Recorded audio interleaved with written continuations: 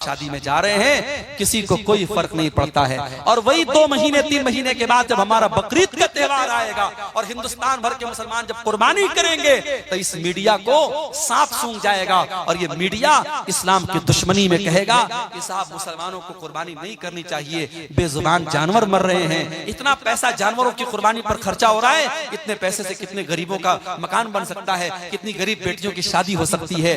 उन धोखेबाज मीडिया वालों से जाकर के कोई क्यों नहीं कहता कि 9 अरब रुपये एक शादी की तकरीबात पर खर्च कर दिए गए। जिस देश में 85 करोड़ लोगों को, गरीब लोगों को फ्री में राशन दिया जा रहा है, उस देश में एक इंसान की शादी पर 9 अरब रुपये खर्च किए जा चुके हैं। क्या मीडिया का ये फर्ज नहीं बनता कि वो इस पर भी लोगों को जागरूक करे कि उस 9 अरब रुपये से बहुत सारे गरीबों के काम हो सकते थे। मेरे प्यारे साथियों, असल चीज ये है, लोग इस्लाम के दुश्मन बने हुए हैं, इस्लाम को मिटाने की बहुत सारी प्लानिंग हो रही है, मगर याद रखो इस्लाम की फितरत में, कुदरत में लचक दी है, उतना ही ये उभरेगा जितना के दबाओगे। इस्लाम अल्लाह का वो चिराग है जिसे बुझाया नहीं जा सकता है। नूरे खुदा है कुफ्र की हरकत पे खंदजन, फूकों से ये चिराग बुझाया न जाएगा। इंशाअल्लाह इस्लाम कल भी था और आज भी है और कयामत की सुबह तक बाकी रहेगा। हमारी जिम्मेदारी ये है कि हम अपने दिलों को गफलत से दूर करें मेरे भाइयों, और जो चीजें मैंने बताई हैं इन असबाब को दूर करके हम अपने दिलों की गफलत को दूर कर सकते हैं। और अगर हम नहीं करेंगे तो याद रखो फिर हालात वही होंगे कि हरम में बैठकर भी लोग मोबाइल पर वीडियो गेम खेलेंगे और रमजान के मुकद्दस महीने में भी लोग बेहुरमती करेंगे। और आज आप देख लें कि इस गफलत की बीमारी ने आज हमको कहां लाके खड़ा कर दिया है। मेरे भाइयों, मैं गुजारिश करता हूं आप सबसे कि हम सब अपने दिलों को टटोलें और अपनी गफलत को दूर करें। दुआ करते अल्लाह ताला से वरगिमा अनफु रजुलिन अदरक रमज़ाना सुम्मन सलक क़ब्ल अन युग़फ़र लहू, उस इंसान का भी सत्यानाश हो जाए, वो इंसान भी बर्बाद हो जाए जिसको रमजान का महीना मिल जाए, जो रमजान का महीना पाले और रमजान खत्म हो जाए, उसकी मग़फ़िरत न हो पाए, उसकी बख्शिश न हो पाए। और तीसरी सीढ़ी पर आपने कदम रखा तो आपने बददुआ फरमाई व रक़िमा अनफु रजुलिन अदरक इंदहुल किबर वालिदाहु, जिसके माँ बाप उसको बुढ़ापे में मिले हो, फलम युदखिलाहुल जन्ना, और उसके माँ बाप उसको जन्नत में दाखिल न कर पाए हो। इसका मतलब ये हुआ कि रमजान जैसा बरकत वाला महीना जो अब 3-4 दिन के बाद हमें और आपको मिलने वाला है, अगर उस बाबरकत महीने को हासिल करने के बाद भी कोई इंसान अगर नेकियों से दूर रहे, नमाज से दूर रहे, कुरान से दूर रहे, तो बहुत बड़ा बदनसीब है। अब उसके सुधरने की उम्मीद नहीं है मेरे भाई। जो इंसान खाने काबा के सामने खड़ा होकर के बैठ करके मोबाइल पर गेम खेल रहा हो, अब उस इंसान से हम क्या तवक्को रखेंगे मेरे भाइयों। हमारे दिल में एक सवाल पैदा हुआ कि ऐ अल्लाह, कोई इंसान इतना भी पत्थर दिल कैसे हो सकता है, कोई इंसान इतना भी बदकिस्मत कैसे हो सकता है कि इतने अपने मुल्क और अपने वतन से दूर खाने काबा के साए में बैठ करके भी उसे मोबाइल पर गेम खेलने की फुर्सत है, उसे अल्लाह को याद करने की फुर्सत नहीं है। जब इस सवाल का जवाब हम कुरान करीम में तलाश करते हैं, कुरान करीम के 17वें पारे की पहली आयत में अल्लाह ताला इस सवाल का जवाब देता है। इक़्तरब लिन्नासि हिसाबुहुम वहुम फी गफलतिन मुरिदून, लोगों के हिसाब का टाइम करीब आ गया, लोगों के इम्तिहान का टाइम करीब आ गया। अब यहां हिसाब से क्या मुराद है? बाज़ उलमा ने कहा इससे मौत भी मुराद हो सकती है, बाज़ उलमा ने कहा इससे कयामत भी मुराद हो सकती है। लोगों के हिसाब का टाइम करीब आ गया, यानी उनके मरने का टाइम करीब आ चुका है। वो कब मर जाएंगे मालूम नहीं, कौन सा कोरोना वायरस आकर के उनको खत्म कर दे, कौन सी बीमारी आकर के उनकी जिंदगी की डोर को थाम दे, कौन सी खतरनाक बीमारी आकर के उसके दिल की धड़कन को रोक दे, उसे नहीं मालूम। बनारस के मेरे एक दोस्त का आज मैसेज आया दोपहर में, उनका जवान भाई 30 से 35 साल की उम्र का उनका जवान भाई, अचानक उसकी आंखों की रोशनी चली गई। उसको ऑपरेशन के लिए वो चेन्नई के मशहूर आंखों के हॉस्पिटल में वो लेके जा रहे थे, मुझसे दुआ की दरखास्त कर रहे थे। मेरे भाइयों, मेरे अजीजों, कोई नहीं जानता कब कौन सी बीमारी आकर के उसको बहुत बड़ी मुसीबत में डाल दे, उसे मौत तक पहुंचा दे। कौन सा एक्सीडेंट, कौन सा हादसा, कौन सी बीमारी आपकी जिंदगी को खत्म कर दे, आप नहीं जानते हैं। अल्लाह फरमा रहा है इक़्तरब लिन्नासि हिसाबुहुम, ओ लोगों तुम्हारे हिसाब का टाइम बिल्कुल करीब है, तुम्हारी मौत का टाइम बिल्कुल करीब है। और कयामत अगर इससे मुराद ले लें तो कयामत भी बहुत करीब है और कयामत की बहुत सारी निशानियां धीरे धीरे जाहिर हो रही हैं। अल्लाह फरमा रहा है लोगों के हिसाब का टाइम करीब है, वहुम फी गफलतिन मुरिदून, लेकिन लोग गफलत में पड़े हुए हैं। ये सबसे खतरनाक बीमारी है, गफलत की बीमारी। लोग गफलत में पड़े हैं। जिस तालिबे इल्म को एग्जाम में पास होना होता है, साल भर मेहनत करे या न करे, एग्जाम के पहले वाली रात तो वो भी मेहनत करता है कि यार मुझको पास हो। जिसको मालूम हो जाए कल मेरा इम्तिहान है और मुझे इस साल फेल नहीं होना है, पास होना है, हालांकि उस एग्जाम में अगर फेल भी हो गया, ज्यादा से ज्यादा उसका एक साल बर्बाद हो जाएगा, ज्यादा से ज्यादा स्कूल से निकाल दिया जाएगा, मदरसे से निकाल दिया जाएगा। लेकिन अगर उस तालिबे इल्म को पास होना है, उसे पास और कामयाब होना है, तो जरूर मेहनत करेगा। अल्लाह फरमा रहा है मेरे बंदो तुम कितने गाफिल हो, तुम कितने नादान हो। वहुम फी गफलतिन मुरिदून, तुम्हारे हिसाब का टाइम करीब है, फिर भी तुम गफलत में पड़े हुए हो। हम और आप गफलत में पड़े हैं मेरे भाई। कितने झटकों का इंतजार हम करेंगे, कितनी बीमारियों और मुसीबतों का इंतजार हम करेंगे, कितनी जालिम हुकूमतों का इंतजार हम करेंगे, कितनी मस्जिदों के गिरने का इंतजार हम करेंगे। सारे वाकयात हमारे सामने हैं, फिर भी हमारे दिलों में कोई नरमी नहीं आ रही है। हमारे दिल वैसे ही कठोर के कठोर है। न हमारे नौजवानों की बेराह रवी में कोई कमी है, न हमारी बहनों की बेपर्दगी में कोई कमी है, न हमारे हराम कारोबारों में कोई कमी है, न हमारी नमाज से दूरी में कोई कमी है, न हमारे समाज में पाई जाने वाली बुराइयों में कोई कमी है। हमारे दिल आखिर कितने सख्त हो गए मेरे भाई। कुरान करीम के पहले पारे में अल्लाह ताला ने यहूदियों का जिक्र करते हुए फरमाया तुम कसत कुलूबुकुम मिन बादि ज़ालिका फहिय कल हिजारति औ अशद्दु क़स्वा। ऐ यहूदियों, तुमने इतने ज्यादा गुनाह किए कि तुम्हारे दिल पत्थरों से भी ज्यादा कठोर हो गए, तुम्हारे दिल पत्थरों से भी ज्यादा सख्त हो गए। व इन्न मिनल हिजारति लमा यतफज्जरु मिनहुल अनहार।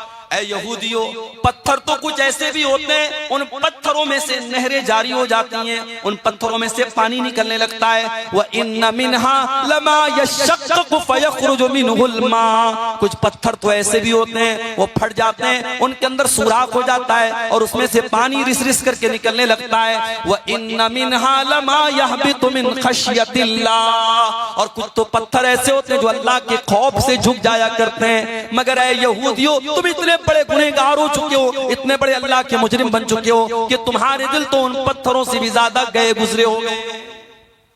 कुरान ने यहूदियों के बारे में कहा, मगर आज अपने दिल को टटोल के देखो मेरे भाई, आज हमारे दिल भी कुछ कम सख्त नहीं है।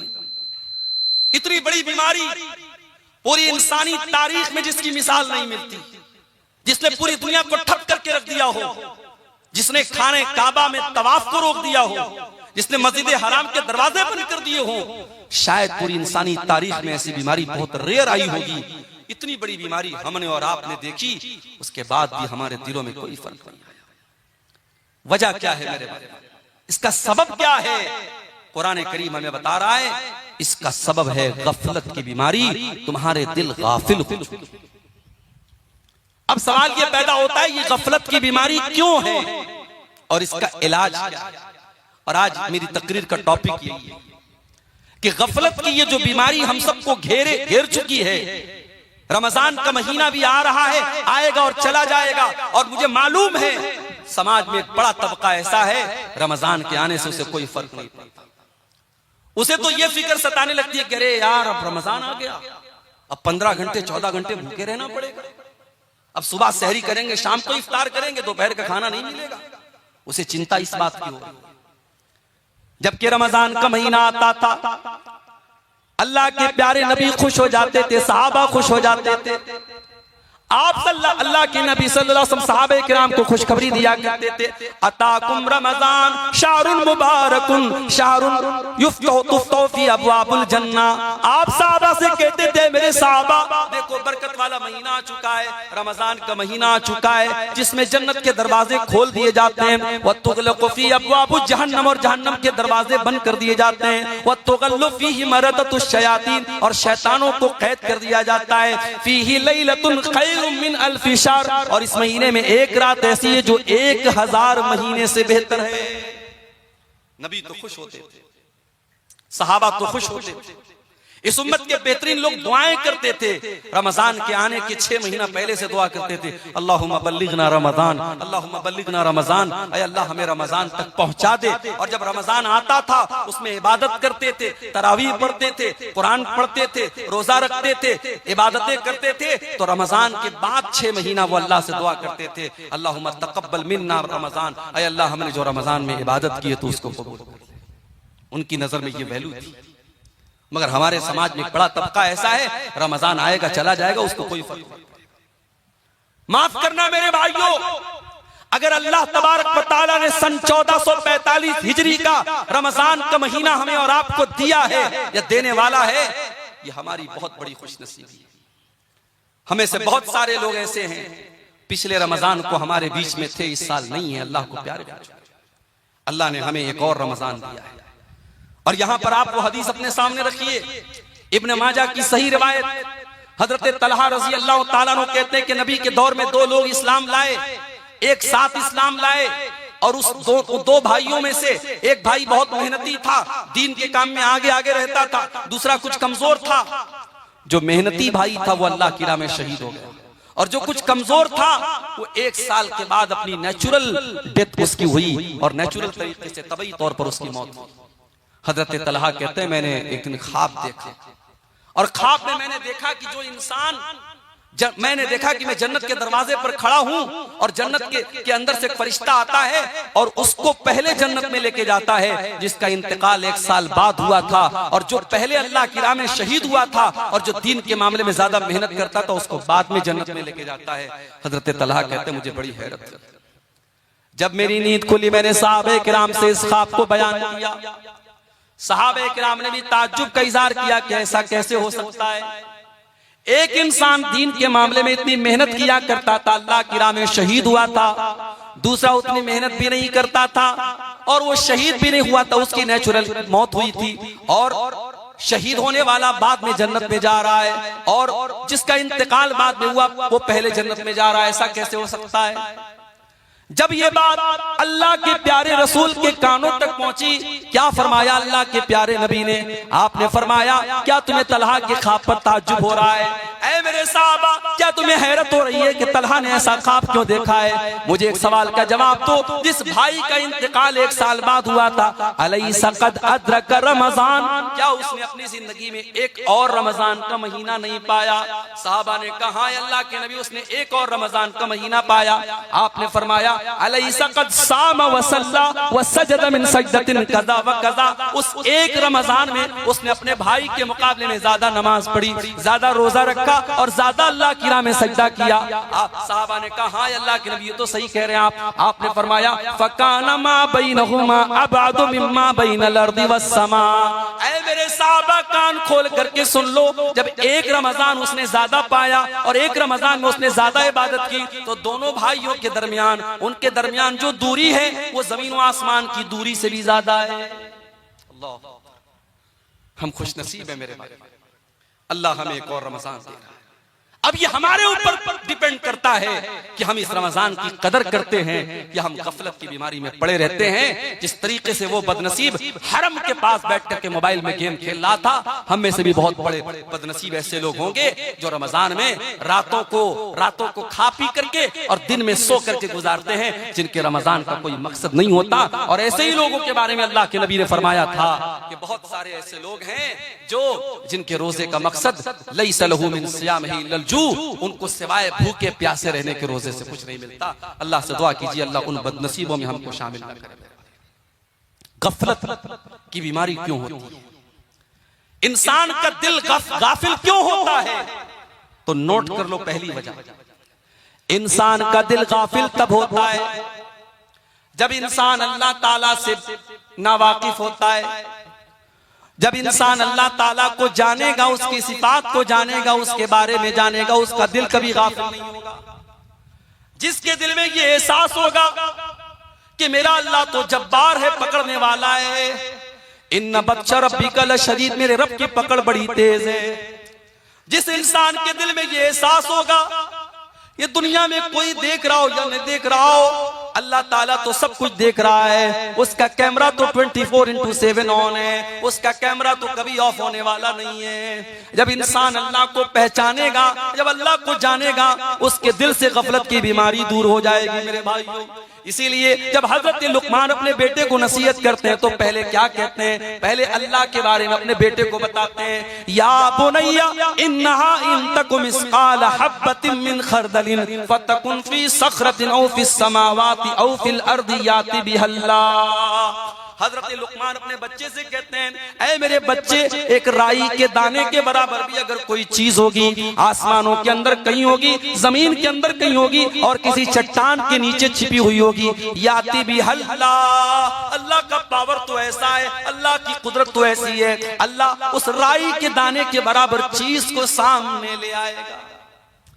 यहाँ बेचारा समझता है कि व्हाट्सएप की चैटिंग डिलीट कर दी तो खत्म हो गया, ब्राउजर की हिस्ट्री डिलीट कर दी तो खत्म हो गया।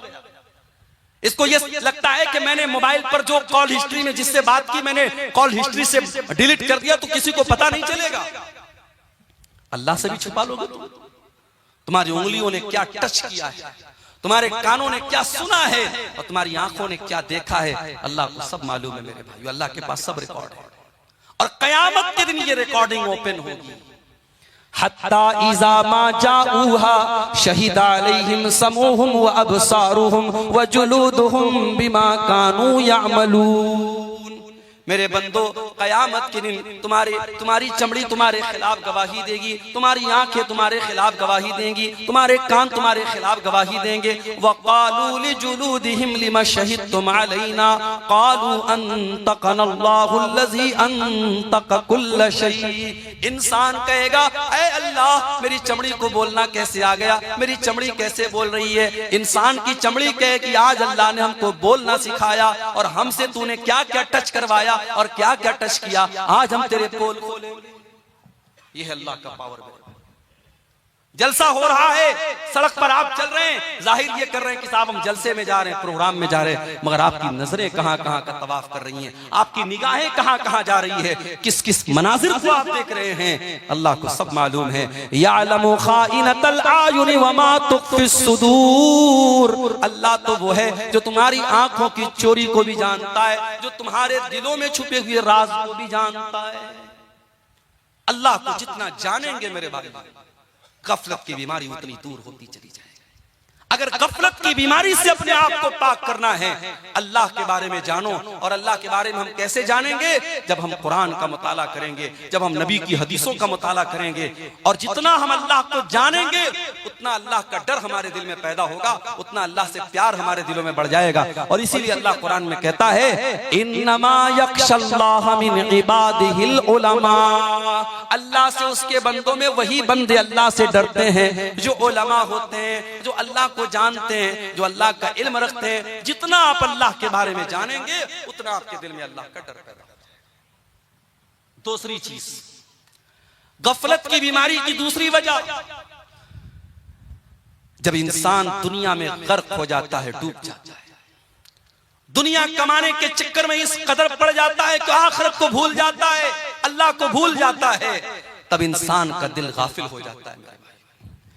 इसीलिए अल्लाह कुरान में बार बार हमें मना करता है, मेरे बंदो, तुम कारोबार भी करो, तुम बिजनेस भी करो, बाल बच्चों की परवरिश भी करो, शादी भी करो, बीवियों का हक भी अदा करो, बच्चों का भी हक अदा करो, लेकिन ऐ मेरे बंदो, माल के चक्कर में, औलाद के चक्कर में कहीं अल्लाह को भूल न जाना।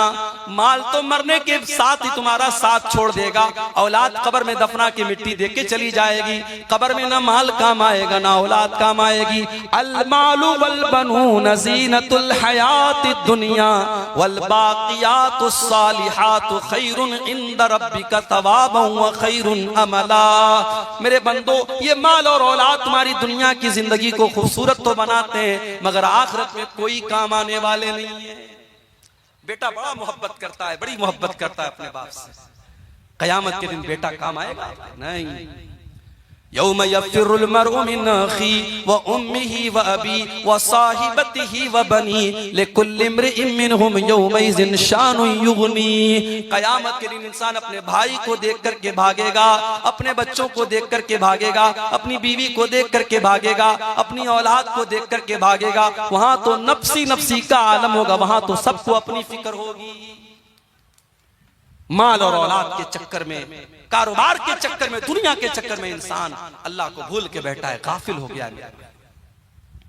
इसीलिए अल्लाह कुरान में कहता है, या अय्युहल्लज़ीना आमनू ला तुल्हिकुम अमवालुकुम वला औलादुकुम अन ज़िक्रिल्लाह। ऐ ईमान वालो, कहीं तुम्हारा माल तुमको अल्लाह के जिक्र से गाफिल न कर दे, कहीं तुम्हारी औलाद तुमको अल्लाह के जिक्र से गाफिल न कर दे। कहीं माल के चक्कर में तुम अल्लाह को भूल न जाना, कहीं औलाद के चक्कर में तुम अल्लाह को भूल न जाना। कारोबार करते हैं आप, बिजनेस करते हैं, दुकान पर बैठे हुए हैं, अजान की आवाज आती है, हय्या अलस सलाह की आवाज, मुअज्जिन दे रहा है, बुला रहा है नमाज की तरफ, बुला रहा है कामयाबी की तरफ, मगर आपके लिए कस्टमर ज्यादा इंपॉर्टेंट है, दुकान ज्यादा अहम है। आप दुकान बंद करके नमाज पढ़ने के लिए तैयार नहीं। चारों तरफ लोग नमाज पढ़ रहे हैं, उसके आगे पीछे लोग अल्लाह की बारगाह में रो रहे हैं, दुआएं कर रहे हैं, और वो बदनसीब इंसान खाने काबा से चंद फीट की और चंद मीटर की दूरी पर बैठ करके मोबाइल पर गेम खेल। यकीन माने, ये वीडियो देख करके बड़ी तकलीफ हुई कि इसको कहते हैं बदनसीब इंसान। और फिर जब उस इंसान की बदनसीबी पर मैंने गौर किया तो मुझे अल्लाह के रसूल की एक और हदीस भी याद आई। अल्लाह के प्यारे नबी सल्लल्लाहु अलैहि वसल्लम मिंबर के ऊपर चढ़ रहे हैं और आपने 3 बद्दुआएं की। रगीमान रजुलिन ज़ुकिरतु इंदहु फलम युसल्ली अलैया। आपने मिंबर की पहली सीढ़ी पर कदम रखा, आपने फरमाया उस इंसान की नाक खाक आलूद हो जाए, वो इंसान बर्बाद हो जाए, वो इंसान उसका सत्यानाश हो जाए जिसके सामने उसके नबी का नाम लिया जाए, वो दरूद न पड़े। अल्लाह कुरान में कहता है, मेरे बंदो, रिजालुल ला तुल्हीहिम तिजारतुन वला बैउन अन ज़िक्रिल्लाह। ऐ मेरे बंदो, मेरे सच्चे बंदे तो वो हैं, मेरे मोमिन बंदे तो वो हैं, वो कारोबार भी करते हैं, वो बिजनेस भी करते हैं, वो दुनिया में बहुत बड़ा बड़ा कारोबार करते हैं, मगर उनका कारोबार उनको कभी नमाज से गाफिल नहीं करता, कभी अल्लाह के जिक्र से गाफिल नहीं करता।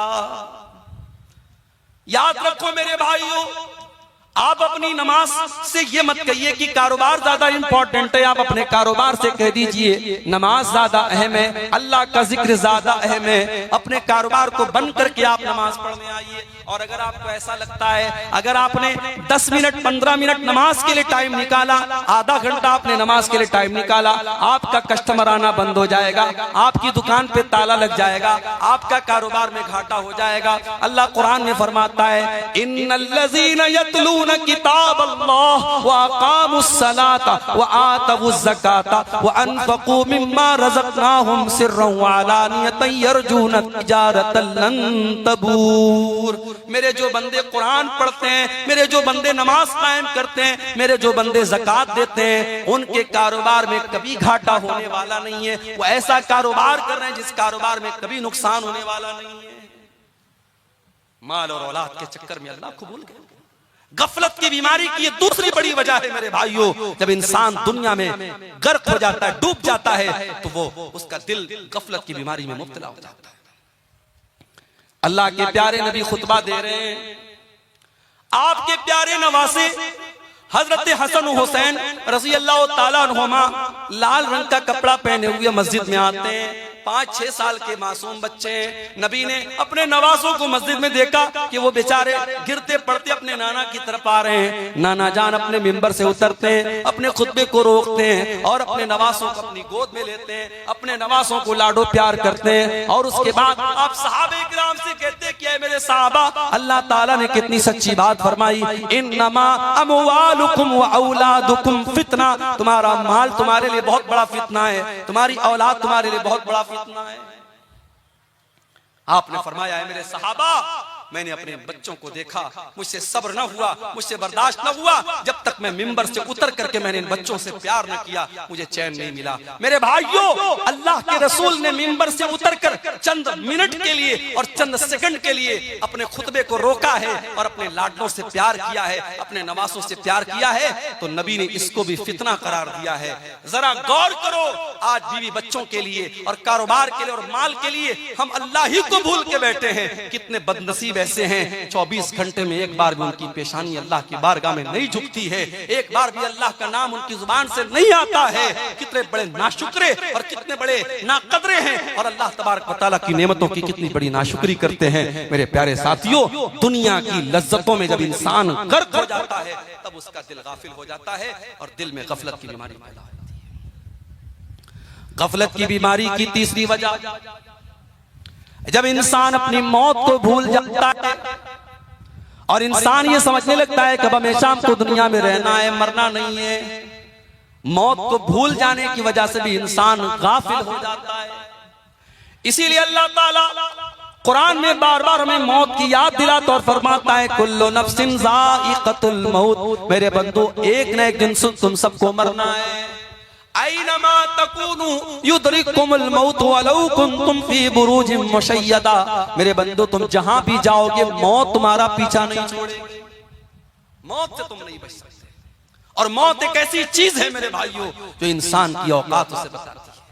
बड़े से बड़ा करोड़पति अरबपति भी एक ऐसा टाइम आता है, मौत, नोट की गड्डी से आप जिंदगी नहीं खरीद सकते, आप नोट की गड्डी से आप अपनी सांसों को नहीं खरीद सकते। जिस वक्त मौत लिखी है, दुनिया के बड़े से बड़े डॉक्टर भी सर झुका के कहेंगे नहीं साहब, अब इनको हम बचा नहीं सकते, इनकी जिंदगी हमारे हाथ में नहीं है, इनकी मौत का टाइम आ गया है। मौत इंसान को उसकी औकात है। इसीलिए अल्लाह ताला कुरान में फरमाता है, फलौला इज़ा बलगतिल हुल्क़ूम व अंतुम हीनइज़िन तंज़ुरून, मेरे बंदो जरा वो टाइम याद करो जब इंसान की मौत का टाइम आता है और इंसान की जान उसकी हलक तक पहुंच जाती है और तुम मरने वाले को अपनी आंखों से देख रहे हो। फलौला इन कुंतुम गैर मदीनीन तरजिऊनहा इन कुंतुम सादिकीन, मेरे बंदो अगर तुम्हें ऐसा लगता है तुम्हारे ऊपर कोई ताकत नहीं है, तुम्हारे ऊपर कोई पावर नहीं है, किसी अल्लाह ने तुमको पैदा नहीं किया, अगर तुमको ऐसा लगता है जरा मरने वाले को मौत से बचा के दिखा दो, जरा उसकी रूह को वापस लौटा के दिखा दो, जरा उसकी जान को दोबारा उसके अंदर डाल के दिखा दो, नहीं कर सकते मेरे भाइयों हम। इसलिए मौत को याद करने का हुक्म दिया गया। अल्लाह के नबी फरमाते हैं, अक्तिरू ज़िक्र हादिमिल लज़्ज़ात, लज्जतों को तोड़ देने वाली चीज मौत को याद किया करो। उस्मान गनी को देखो मेरे भाइयों, उस्मान गनी जब किसी कब्रिस्तान के पास से गुजरा करते थे, किसी कब्र को देखा करते थे, ज़ारो कतार रोने लगते थे। पूछने वालों ने पूछा, क्या है उस्मान गनी, जन्नत की बात आती आप रोते नहीं है, जहन्नम की बात आती आप रोते नहीं है, लेकिन कब्र को देख करके आप रोने लगते हैं। उस्मान गनी कहते हैं, ओ लोगों, मैंने अपने प्यारे नबी को यह फरमाते हुए सुना है, इन्नल क़ब्र अव्वलु मंज़िलिन मिन मनाज़िलिल आखिरा, बेशक ये कब्र आखिरत की पहली मंजिल है, जिसने इस मंजिल को पार कर लिया उसके लिए आगे की मंजिलें आसान है। मौत को याद किया करो। एक भाई मुझसे पूछने लगे, मौलवी साहब मज़ारों पे जाना कैसा है, बंबई में हाजी अली की दरगाह पे जाना कैसा है, अजमेर में ख्वाजा मोइनुद्दीन चिश्ती अजमेरी की दरगाह पे जाना कैसा है, मज़ारों पे जाना कैसा है। मैंने कहा भाई, कब्रिस्तान जाने की इजाजत इसलिए दी गई है ताकि वहां मौत याद आए, और माफ करना मज़ारों पे जाके मौत याद नहीं आएगी। जहां औरतों का जमघट लगा हो, जहां फूल और मालाएं बिक रही हो, जहां कब्रों पर चादरें चढ़ रही हो, और जहां शिर्क हो रहा हो, बिदात हो रही हो, खुराफात हो रही हो, वहां पर मौत कभी याद नहीं आती। इसलिए ऐसे शिर्क के अड्डों पर जाना भी एक मुसलमान को सूट नहीं करता है, एक मुवहिद को सूट नहीं करता है, नहीं जाना चाहिए मेरे भाइयों। हाँ, आम कब्रिस्तान में आप जाइए, कभी अल्लाह आपको तौफीक दे, आप मदीना मुनव्वरा की जब आप जियारत करेंगे, जब आप मदीना जाएंगे, एक तरफ नबी की मस्जिद है और दूसरी तरफ बकी का कब्रिस्तान है, और उस बकी के कब्रिस्तान में 10,000 से ज्यादा सहाबे किराम की कब्रें हैं। उनसे बड़ा वली कौन है, उनसे बड़ा अल्लाह का नेक बंदा कौन है? नबियों के बाद इस दुनिया में सबसे मुकद्दस अगर कोई जमात थी तो सहाबे किराम की जमात थी। सारे सहाबा की कब्रें हैं, लेकिन मेरे भाइयों कोई पक्की कब्र नहीं है, कोई मजार नहीं है, कोई गुंबद नहीं है, कोई चादर नहीं चढ़ाई जा रही है, कोई माला नहीं चढ़ाया जा रहा है। वहां आपको मौत याद आएगी और आपको ये एहसास होगा कि अल्लाह, जब तेरे नबी के 10,000 सहाबा इसी कब्र के अंदर दफन हैं, अल्लाह हमें भी एक इसी कब्र में जाना है और इसी मिट्टी के नीचे जाना है, हमें भी अल्लाह अपने अमल का हिसाब देना है।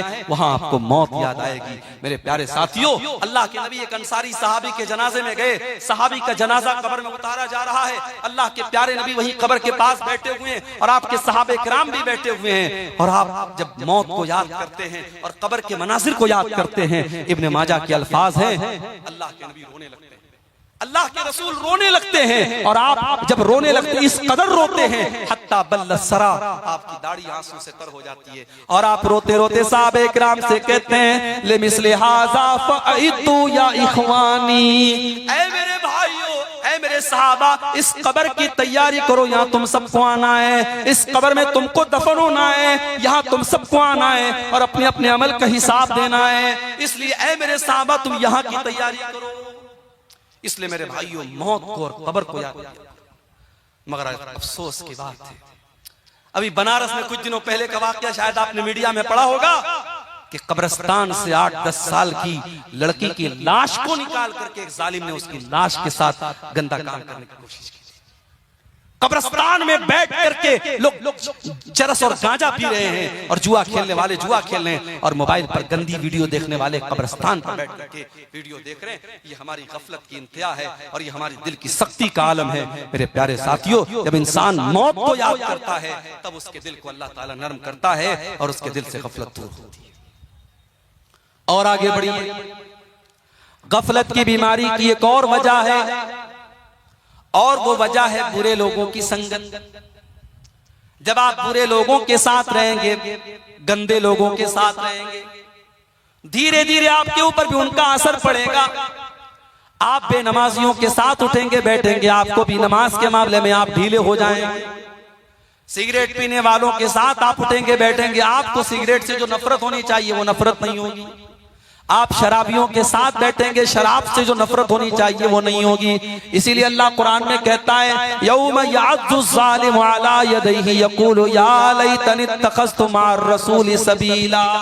कयामत के दिन जालिम इंसान अपने हाथ को काटेगा और कहेगा, ऐ काश मैंने रसूल का रास्ता इख्तियार किया होता। या वैलता लैतनी लम अत्तखिज़ फुलानन खलीला, ऐ काश मैंने फलां को अपना साथी न बनाया होता, ऐ काश मैंने फलां को अपना साथी न बनाया होता। लक़द अदल्लनी यानी ज़िक्री बाद इज़ जाअनी, उसने अल्लाह के जिक्र से मुझको गाफिल कर दिया। मेरे प्यारे भाइयों, बुरे लोगों की संगत आपको बुरा बनाती है। इसीलिए अल्लाह के नबी फरमाते हैं, अल मरउ अला दीनी खलीलिही, इंसान अपने दोस्तों के दीन पर होता है। जो उसके दोस्तों का दीन होता है, जो उसके दोस्तों का तौर तरीका होता है, वही इंसान का तरीका होता है। फलयंजुर अहदुकुम मन युखालिल, इसलिए दोस्ती बहुत सोच समझ के किया करो। मुसलमान लड़कियां आज फेसबुक पर ऐसी लड़कियों से फ्रेंडशिप करती हैं जो काफिर हैं, मुशरिक हैं, बेदीन हैं, और वो कहती है साहब हम तो लड़की है, लड़की लड़की से तो दोस्ती कर ही सकती है। माफ करना, ये उसूल सही नहीं है। आपकी लड़की किसी गर्ल्स कॉलेज में पढ़ रही है जहां सिर्फ लड़कियों की तालीम हो रही है, और वहां पे आपकी बेटी ऐसी लड़की को सहेली बना रही है जो जिसका इस्लाम से कोई ताल्लुक नहीं है। जिसके मजहब में और जिसके घर में कोई पाबंदी नहीं है, और जो 4-4 लड़कों से जिसका चक्कर चल रहा है, उस लड़की के साथ जब आपकी बुर्का पहनने वाली और नकाब पहनने वाली बेटी जब उस लड़की के साथ उठेगी, बैठेगी और उसकी सहेली बनेगी, तो माफ करना मेरे भाइयों और मेरी बहनों, उसका असर कहीं ना कहीं आपके ऊपर पड़ेगा।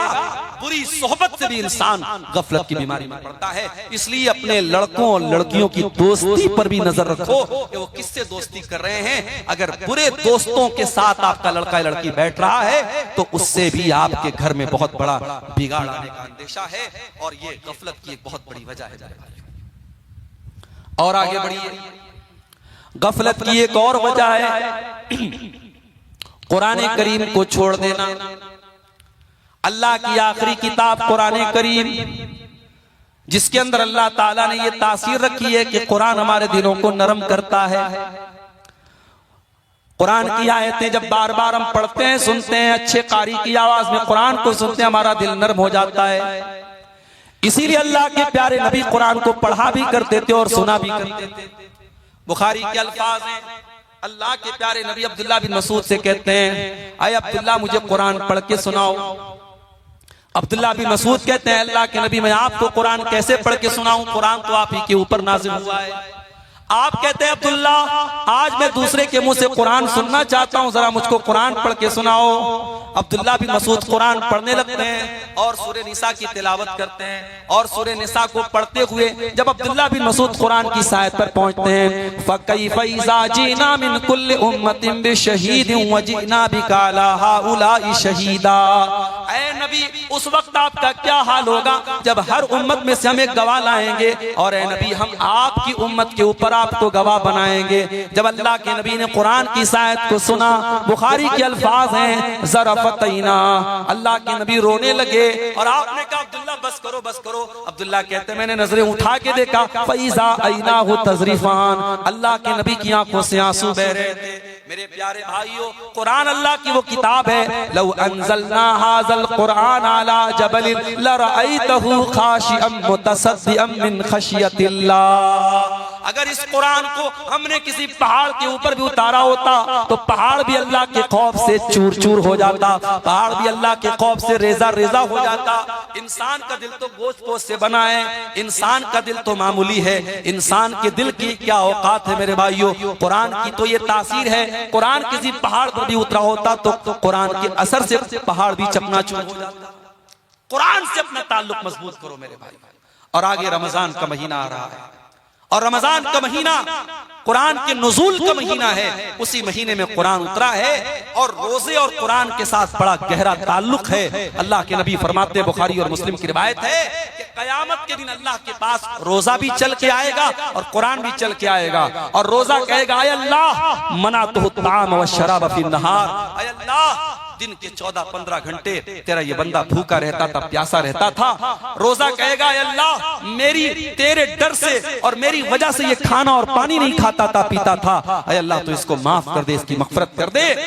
और कुरान कहेगा मनातुहु नौम बिल्लैल, अल्लाह दुनिया रात में सोई रहती थी, दुनिया रात में ऐश करती थी, अय अल्लाह तेरा ये बंदा रातों को उठ करके कुरान पढ़ा करता था, तहज्जुद में कुरान पढ़ता था, तिलावत करता था कुरान की, कुरान हमारे लिए सिफारिश करेगा।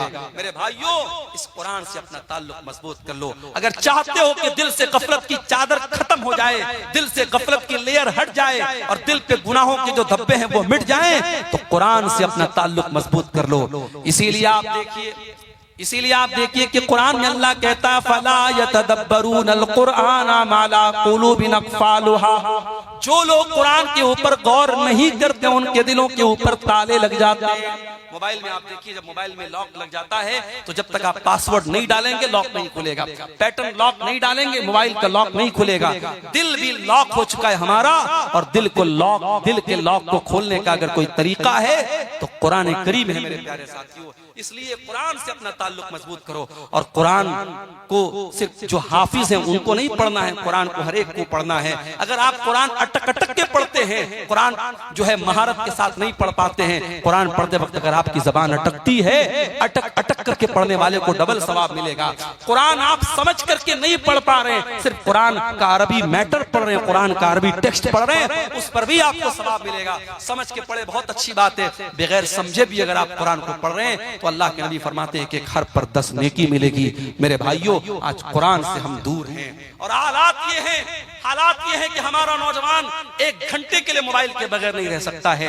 1 घंटा अगर मोबाइल की बैटरी खत्म हो जाए बेचैन हो जाता है, न जाने किसकी कॉल आई होगी, न जाने किसका मैसेज आया होगा, न जाने कौन कौन मुझको याद कर रहा होगा। जरा सोचो मेरे भाइयों, अगर आपका कोई दोस्त, बड़ा खास दोस्त आपको मैसेज करता है और आप व्हाट्सएप खोल रहे हैं, सारे लोगों के मैसेज देख रहे हैं और उस दोस्त का मैसेज आप ओपन नहीं कर रहे हैं, खोल नहीं रहे हैं, आपका दोस्त आपसे मिलेगा, कहेगा यार तू दोस्त है कि दुश्मन है, जब तू मेरा मैसेज नहीं देख रहा है, तुझे मेरी कोई फिक्र नहीं है। वो दोस्त आपसे दोस्ती खत्म कर देगा, ताल्लुक खत्म कर देगा। मेरे भाइयों, कुरान भी अल्लाह का आखिरी मैसेज है, अल्लाह का आखिरी पैगाम है, हाज़ा बलागुल लिन्नास, और अल्लाह का ये मैसेज हम सब के लिए है। और हम कितने बड़े बदनसीब है, आज कुरान से हम दूर है। कितने लोग तो ऐसे हैं रमजान में कुरान उठाते हैं तो फिर साल के 11 महीने कुरान को छूने की वो कोशिश भी नहीं करते। मेरे भाइयों, कुरान करीम की तिलावत को अपनी जिंदगी का मामूल बनाओ। गफलत की बीमारी से अगर बचना है तो ये काम भी हमें करना पड़ेगा। इसी तरीके से मेरे भाइयों, एक और चीज है जो हमें गफलत की बीमारी में डाल रही है, और वो है नमाज के मामले में लापरवाही। नमाज के मामले में जब आप लापरवाही करेंगे तब भी आपके दिल पे गफलत की चादर चढ़ जाएगी, इसलिए कि नमाज कौन छोड़ता है। कुरान करीम में अल्लाह ने बयान किया सूरह मरियम के अंदर, फखलफ मिन बादिहिम खल्फुन अज़ाउस सलाता वत्तबउश शहवाति फसौफ यल्कौन गय्या। नमाज को तो वही लोग छोड़ा करते हैं जो ख्वाहिशात के पैरोकार होते हैं, जो शहवतों की पैरवी करते हैं, जो अल्लाह के फरमा बरदार नहीं होते बल्कि अपनी शहवतों के फरमा बरदार होते हैं। इसीलिए बाज नौजवान जब हमसे पूछते हैं कि मौलाना कोई ऐसा तरीका बताइए कि हम बहुत सारी नफसानी ख्वाहिशात से बचने लगे। बहुत से हमारे नौजवान भाई होते हैं मोबाइल की गंदी आदतों में, मोबाइल में गंदी चीजों को देखने की आदत पड़ गई या किसी किस्म की बुरी आदत पड़ गई, उसका तरीका पूछते हैं। कुरान करीम की आयत की रोशनी में एक नुस्खा आपको बता रहा हूं, कभी इसको ट्राई कीजिएगा, आजमाइएगा। मेरे भाइयों, मेरी बहनों, अगर आपको ये लगता है कि आप अपनी ख्वाहिशात पर कंट्रोल नहीं कर पा रहे हैं तो कुरान करीम की आयत हमें सबक दे रही है कि नमाज की पाबंदी करो। इसलिए कि जो इंसान नमाज नहीं पढ़ता है, जिसकी जिंदगी में नमाज के लिए शेड्यूल नहीं है, नमाज के लिए टाइम नहीं है, उस इंसान की जिंदगी ख्वाहिशात से घिर जाती है, वो ख्वाहिशात का पैरोकार हो जाता है। और इसीलिए अल्लाह कह रहा है फखलफ मिन बादिहिम खल्फुन अज़ाउस सलाता, ऐसे नालायक लोग आ गए नबियों के बाद जिन्होंने नमाज के मामले में लापरवाही की और जब नमाज को छोड़ दिया अपनी शहवतों के पैरोकार हो गए, फसौफ यल्कौन गय्या, और ऐसे लोग जहन्नम में डाले जाएंगे। इसीलिए अल्लाह कुरान के 21वें पारे के शुरू में कहता है अक़ीमिस सला, नमाज कायम करो, इन्नस सलाता तन्हा अनिल फ़ाहशाई वल मुनकर, बेशक नमाज बेहयाई से रोकती है। नमाज के मामले में लापरवाही मत करो। आज माशाअल्लाह गांव-गांव मस्जिदें बन गई हैं, मस्जिदें बन गई हैं, मगर मस्जिदों को आबाद करने वाले लोग नहीं हैं। शायर कहता है मस्जिद तो बना ली शब भर में ईमान की हरारत वालों ने, मस्जिद तो बना ली शब भर में ईमान की हरारत वालों ने, मन अपना पुराना पापी था बरसों में नमाजी बन न सका।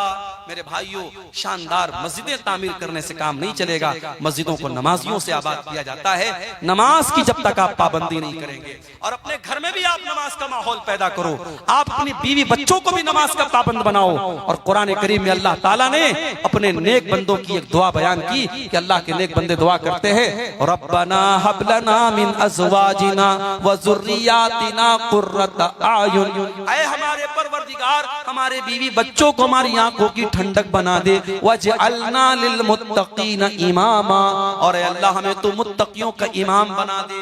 एक बाप के लिए उसके बच्चे कब आंखों की ठंडक बनेंगे, एक शौहर के लिए उसकी बीवी कब आंखों की ठंडक बनेगी, जब शौहर की बीवी नमाजी होगी, जब बाप का के बच्चे नमाजी होंगे। इसीलिए अल्लाह के नबी फरमाते हैं तुम्हारे बच्चे 7 साल के हो जाएं तो नमाज का हुक्म दो, और 10 साल के हो जाएं और नमाज ना पढ़े तो उनकी पिटाई करो। मेरी माओ, जब आप मसल्ले पर खड़ी होकर के नमाज पढ़ें तो अपनी 10 साल की बेटी को भी अपने साथ खड़ी करें। और इसीलिए मैं गांव-गांव एक बात की तबलीग करता हूं।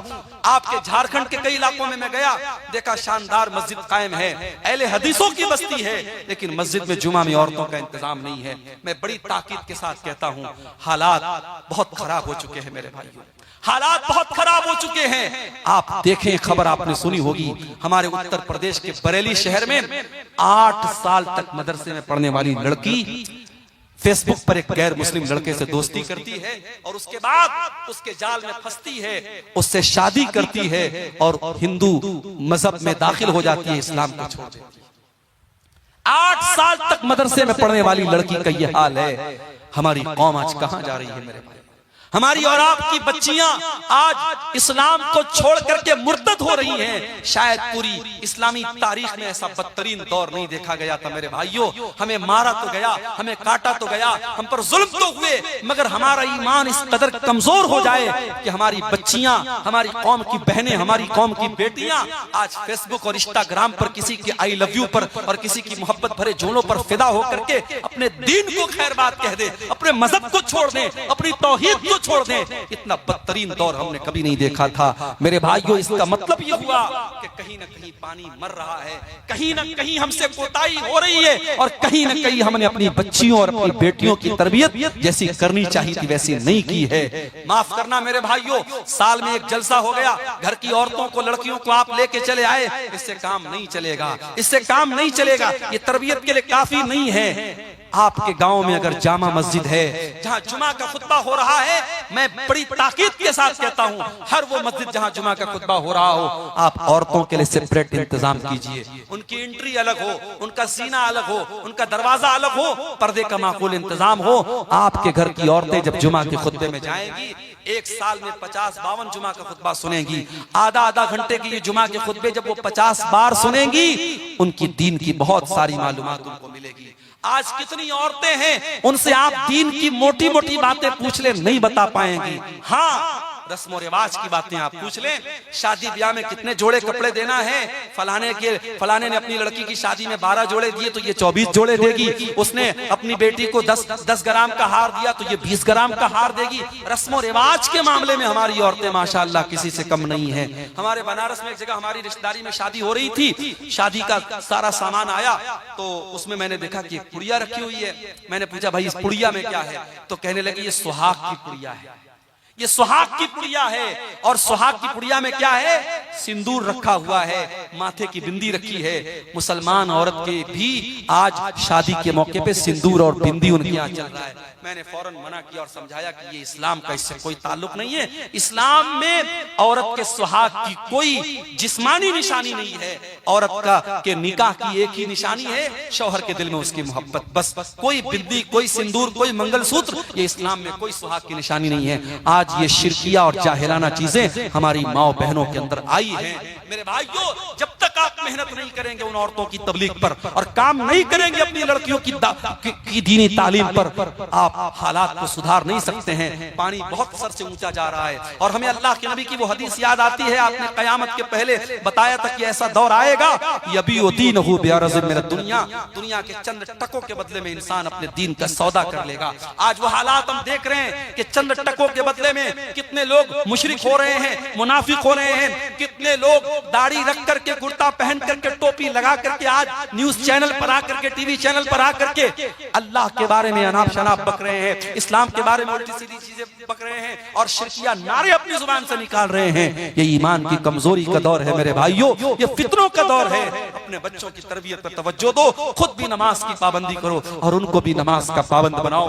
याद करो इब्राहिम खलीलुल्लाह को, जब अपने लख्त जिगर इस्माइल को और अपनी बीवी हाजरा को जब मक्का में छोड़ के जा रहे थे, और वो मक्का कोई आज का मक्का नहीं था जहां इतना बड़ा टावर, क्लॉक टावर मौजूद है और बड़ी बड़ी बिल्डिंगें मौजूद है। वो मक्का ऐसा मक्का था कि बेआब हो गया सरजमीन थी, न पानी का एक कतरा था, न अनाज का एक दाना था। उस मक्का में जब छोड़ के जा रहे थे, इब्राहिम क्या दुआ करते हैं, और रब्बना इन्नी अस्कनतु मिन ज़ुर्रियती बिवादिन गैरि ज़ी ज़रइन इंद बैतिकल मुहर्रम रब्बना लियुकीमुस्सलाह।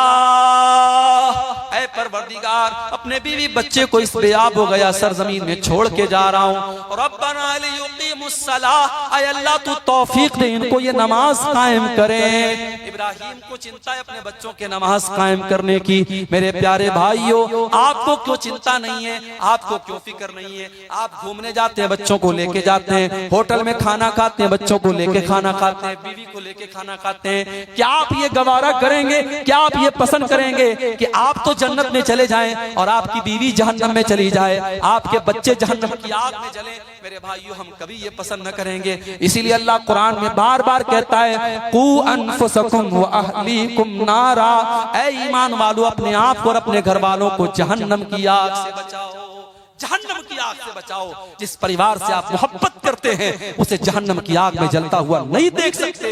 इसीलिए जब आप रात में तहज्जुद के लिए उठे तो अपनी मोहतरमा को भी उठाएं कि चलो उठो तुम पढ़ो। और मैं अपनी माओ से कहना चाहता हूँ, बहुत सी औरतें होती हैं रात में तहज्जुद पढ़ती हैं लेकिन शौहर को कभी नहीं उठाती हैं। अल्लाह के नबी फरमाते हैं, रहीमल्लाहु रजुलन क़ाम मिनल लैल, अल्लाह ताला की रहमत नाजिल होती है उस इंसान के ऊपर जो रात में उठ करके तहज्जुद पढ़ता है। वो आई कज़म रअतहु, और अपनी बीवी को उठाता है। अगर बीवी इनकार कर देती है, अपनी बीवी के चेहरे पर पानी छिड़क करके उसको उठाता है। और अल्लाह ताला की रहमत नाजिल होती है उस औरत के ऊपर जो रात में उठ करके तहज्जुद पढ़ती है और अपने शौहर को भी उठाती है। मेरी प्यारी माँ और बहनों, ऐसी बीवी बनो जो शौहर के दीन में उसकी मदद करे, शौहर के अंदर कोई गलत आदत है उसको छुड़ाने वाली बनो। इसीलिए जब अल्लाह के रसूल से पूछा गया कि बेहतरीन औरत की निशानी क्या है, आपने 3 चीजें बताई। पहली चीज अल्लती तसुर्रुहु इज़ा नजर, जब शौहर देखे तो खुश हो जाए। दूसरी चीज वो तुतीहु इज़ा अमर, जब शौहर कोई बात कहे तो माने। और तीसरी चीज वला तुखालिफहु फी नफ्सिहा व मालिही मा यकरा, शौहर के माल की और अपने इज्जत व आबरू की हिफाजत करे। ये कीमती औरत की निशानी है। तो मेरे भाइयों, नमाज का माहौल अपने घर में पैदा करो, बीवी बच्चों को भी नमाज का पाबंद बनाओ और खुद भी नमाज का पाबंद बनाओ। जब तक हम नमाज की पाबंदी नहीं करेंगे, दिल से गफलत की चादर खत्म होने वाली नहीं है। और आखिरी चीज जो बयान करके मैं बात खत्म करूंगा मेरे भाइयों, गफलत की एक और बहुत बड़ी वजह यह है, जब हम गुनाह पर गुनाह करते चले जाते हैं, जब गुनाह हमारी नजर में हल्के हो जाते हैं और गुनाहों को हम खतरनाक समझना छोड़ देते हैं, तब भी हम गफलत के शिकार हो जाते हैं। याद रखो मेरे भाई, गुनाह गुनाह है, चाहे वो गुनाह छोटा हो चाहे वो गुनाह बड़ा हो। कभी गुनाहों को हकीर मत जानो और अपने आप को गुनाहों से बचाने की कोशिश करो। अल्लाह के नबी फरमाते हैं, इय्याकुम व मुहक़्क़रातिज़ ज़ुनूब, ऐसे गुनाहों से बचो जिनको लोग हकीर समझते हैं। छोटे छोटे गुनाह होते हैं लेकिन इकट्ठा होकर के इंसान को हलाक कर देते हैं। इसीलिए अल्लाह के नबी फरमाते हैं, जब बंदा कोई गुनाह करता है उसके दिल पर एक काले रंग का धब्बा डाल दिया जाता है। बंदा अगर तौबा कर लेता है, माफी मांग लेता है अल्लाह से, वो धब्बा मिटा दिया जाता है। और अगर बंदा तौबा नहीं करता है, फिर से गुनाह करता है, तो वो काले धब्बे बढ़ते चले जाते हैं, हत्ता तालु क़ल्बहु, यहाँ तक कि उसके दिल पे छा जाते हैं। माफ करना मेरे भाइयों, आज मोबाइल के इस दौर में गुनाह करना आसान हो गया है। आज इस दौर में ज़िना करना आसान है, इस दौर में बेपर्दा होना आसान है, इस दौर में हराम कारोबार करना आसान है।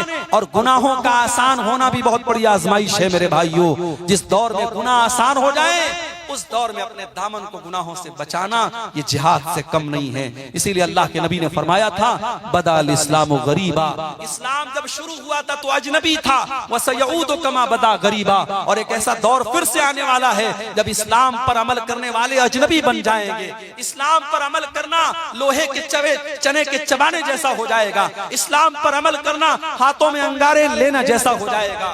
एक लड़की बेपर्दा घूमेगी तो गांव वाले कहेंगे, उसकी बहनें कहेंगी, उसके मोहल्ले की औरतें कहेंगी, अरे ये बड़ी पर्देदार बनती है, नकाब में रहती है, पर्दे में रहती है। अगर कोई औरत अपने देवर से पर्दा करे, बनारस में हमारे एक दोस्त ने शादी की, उनकी बीवी शादी करके आई, उसने घर में ज्वाइंट फैमिली रहते थे, उसकी बीवी ने कहा कि मैं अपने देवर और जेठ के सामने नहीं आऊंगी, मैं देवर और जेठ के सामने नहीं आऊंगी, ससुर के सामने आ सकती हूँ, ससुर मेरे महरम है लेकिन देवर और जेठ गैर महरम है, मैं देवर जेठ के सामने नहीं आऊंगी। घर वालों के लिए बड़ी शॉकिंग बात थी, ये ऐसा कैसे हो सकता है, ऐसा कैसा पर्दा कि देवर के सामने नहीं आएगी, जेठ के सामने नहीं आएगी। लेकिन जब उन्होंने उलमा से पूछा और मसला पूछा तो मसला तो यही है कि साहब देवर जेठ से पर्दा करना है। अब ये हालात है कि वो लड़की किचन में काम करती है और घर में खाना खा रही है, खाना दे रही है अपने घर वालों को, मगर देवर और जेठ से पर्दा करती है। अगर शादी में कहीं जाती है वो औरत, वो लड़की, और चाहे वो अपने रिश्तेदारी की शादी हो, अगर वहां मर्दों का भी आना जाना है औरतों की साइड में, तो वहां वो नकाब में रहती है। औरत को औरत से पर्दा नहीं करना है, लेकिन औरत को मर्दों से तो पर्दा करना है। आज ऐसी औरतों को लोग कहेंगे साहब ये तो बड़ी कट्टर मुसलमान बनती है, ये तो बड़ी पर्देदार मुसलमान बनती है। आज नौजवान अगर चेहरे पर शरई दाढ़ी रख ले तो समाज कहेगा ये तो मुल्ला बन गया, ये तो हाफिज जी बन गया, ये तो मौलवी साहब बन गया। और वही क्लीन शेव करा ले, लोग कहेंगे साहब ये तो माशाल्लाह बड़ा स्मार्ट है, हैंडसम है। आज अगर कोई नौजवान लड़का अपने आप को ज़िनाकारी और बदकारी से दूर रखे तो लोग कहेंगे अरे ये तो बड़ा आउटडेटेड लड़का है, इसको तो कोई घास नहीं डालता है। और जो लड़का रात में 2-2 बजे तक गैर महरम लड़कियों से बात करता है, समाज कहता है साहब ये तो बड़ा चालू लड़का है, बड़ा एडवांस लड़का है। ये हालात है मेरे भाइयों। गुनाहों को शैतान ने इतना अट्रैक्टिव बना दिया कि गुनाह करने वाले को लोग बड़ा अक्लमंद कहते हैं और गुनाहों से बचने वाले को लोग बेवकूफ समझते हैं। अल्लाह के रसूल ने फरमाया सल्लल्लाहु अलैहि वसल्लम, बदाल इस्लाम गरीबा, इस्लाम जब शुरू हुआ था तो अजनबी था और इस्लाम आगे चल करके फिर से अजनबी हो जाएगा। जब ऐसा दौर तुम देख लो, फतूबा लिल गुरबा, तो तुम भी अजनबी बन जाना, तुम भी दीन के ऊपर चलने वाले बन जाना। जमाना गाली दे तो सुन लेना, जमाना बुरा भला कहे तो सुन लेना, जमाना तुम्हारी राह में रोड़े अटकाए तो सुन लेना। और हमें याद है कर्नाटक की उस लड़की का बयान, कर्नाटक की उस लड़की की हिम्मत को सलाम, जिसने जालिमों के ढेर में और जालिमों के झुंड में पर्दे में गई थी और उसके सामने जब शिरकिया नारे लग रहे थे, मुस्कान नाम की उस लड़की ने कहा था, अल्लाह की तकबीर का नारा बुलंद किया था, उसने अपने पर्दे का पावर दिखाया था। मेरी प्यारी माँ और बहनों, आज ये पर्दे के अंदर एक ताकत है। एक मुसलमान लड़की जब पर्दे में निकलती है, दुनिया जानती है ये पर्दे वाली लड़की है, इसको छेड़ा नहीं जा सकता। अभी आजकल एक आपने न्यूज देखी होगी, बंबई से कोई पर्दे वाली आपा है, वो साहब पैदल हज करने के लिए निकली हैं। अभी एक मसला किसी तरीके से खत्म हुआ केरल के शहाब भाई का, वो बेचारे किसी तरीके से पैदल हज करके आए। अभी एक नई आपा आई है, पैदल हज करने वाली है। माफ करना, ऐसी औरतों का मकसद सवाब हासिल करना नहीं है, अपनी पब्लिसिटी करना है। वरना उलमा जानते हैं शरीयत का बड़ा वाज़े उसूल है कि अगर 2 काम हैं और 2 काम में से एक मुश्किल और एक आसान है, तो शरीयत कहती है अगर दोनों काम जायज है तो आसान काम को आप अपना लो। अगर आपको नमाज पढ़नी है और ठंडी छांव भी मौजूद है और कड़ी धूप भी है, तो कड़ी धूप में खड़े होकर के नमाज पढ़ना कोई सवाब का काम नहीं, आप ठंडी छांव में खड़े होकर के नमाज पढ़िए। अगर मस्जिद में पंखा है और पंखा चला करके आप नमाज पढ़ सकते हैं, तो कोई जरूरत नहीं कि आप पसीना खाएं। अगर हवाई जहाज का इंतजाम है और आप 4 घंटे में आप जो है झारखंड से, रांची से आप जद्दा पहुंच सकते हैं और आप पटना से जद्दा पहुंच सकते हैं, तो कोई जरूरत नहीं है आप पैदल आप हज करने के लिए निकलें और दुनिया को के अंदर पब्लिसिटी करें। आज दीन को पब्लिसिटी का भी एक जरिया बना दिया गया है। मेरे भाइयों, आज हालात ये हैं, मुंबई के एक बहुत बड़े कारोबारी, मुंबई और गुजरात के एक बहुत बड़े कारोबारी फैमिली में शादी होने वाली है। अभी शादी के पहले की जो तकरीबात हैं, जिसको प्री वेडिंग सेरेमनीज कहा जाता है, उनकी शादी की उस तकरीबात में 9 अरब रुपये खर्च हो चुके हैं। और अमेरिका से एक नाचने गाने वाली को बुला करके 74 करोड़ रुपया देकर के उससे नचवाया गया था और मीडिया ताली बजा रहा है। और हमारे बॉलीवुड के बड़े बड़े सुपरस्टार उस शादी में जा रहे हैं, किसी को कोई फर्क नहीं पड़ता है। और वही 2 महीने 3 महीने के बाद जब हमारा बकरीद का त्योहार आएगा और हिंदुस्तान भर के मुसलमान जब कुर्बानी करेंगे, तो इस मीडिया को सांप सूंघ जाएगा और ये मीडिया इस्लाम की दुश्मनी में कहेगा कि साहब मुसलमानों को कुर्बानी नहीं करनी चाहिए, बेजुबान जानवर मर रहे हैं, इतना पैसा जानवरों की कुर्बानी पर खर्चा हो रहा है, इतने पैसे से कितने गरीबों का मकान बन सकता है, कितनी गरीब बेटियों की शादी हो सकती है। उन धोखेबाज मीडिया वालों से जाकर के कोई क्यों नहीं कहता कि 9 अरब रुपये एक शादी की तकरीबात पर खर्च कर दिए गए। जिस देश में 85 करोड़ लोगों को, गरीब लोगों को फ्री में राशन दिया जा रहा है, उस देश में एक इंसान की शादी पर 9 अरब रुपये खर्च किए जा चुके हैं। क्या मीडिया का ये फर्ज नहीं बनता कि वो इस पर भी लोगों को जागरूक करे कि उस 9 अरब रुपये से बहुत सारे गरीबों के काम हो सकते थे। मेरे प्यारे साथियों, असल चीज ये है, लोग इस्लाम के दुश्मन बने हुए हैं, इस्लाम को मिटाने की बहुत सारी प्लानिंग हो रही है, मगर याद रखो इस्लाम की फितरत में, कुदरत में लचक दी है, उतना ही ये उभरेगा जितना के दबाओगे। इस्लाम अल्लाह का वो चिराग है जिसे बुझाया नहीं जा सकता है। नूरे खुदा है कुफ्र की हरकत पे खंदजन, फूंकों से ये चिराग बुझाया न जाएगा। इंशाअल्लाह इस्लाम कल भी था और आज भी है और कयामत की सुबह तक बाकी रहेगा। हमारी जिम्मेदारी ये है कि हम अपने दिलों को गफलत से दूर करें मेरे भाइयों, और जो चीजें मैंने बताई हैं इन असबाब को दूर करके हम अपने दिलों की गफलत को दूर कर सकते हैं। और अगर हम नहीं करेंगे तो याद रखो फिर हालात वही होंगे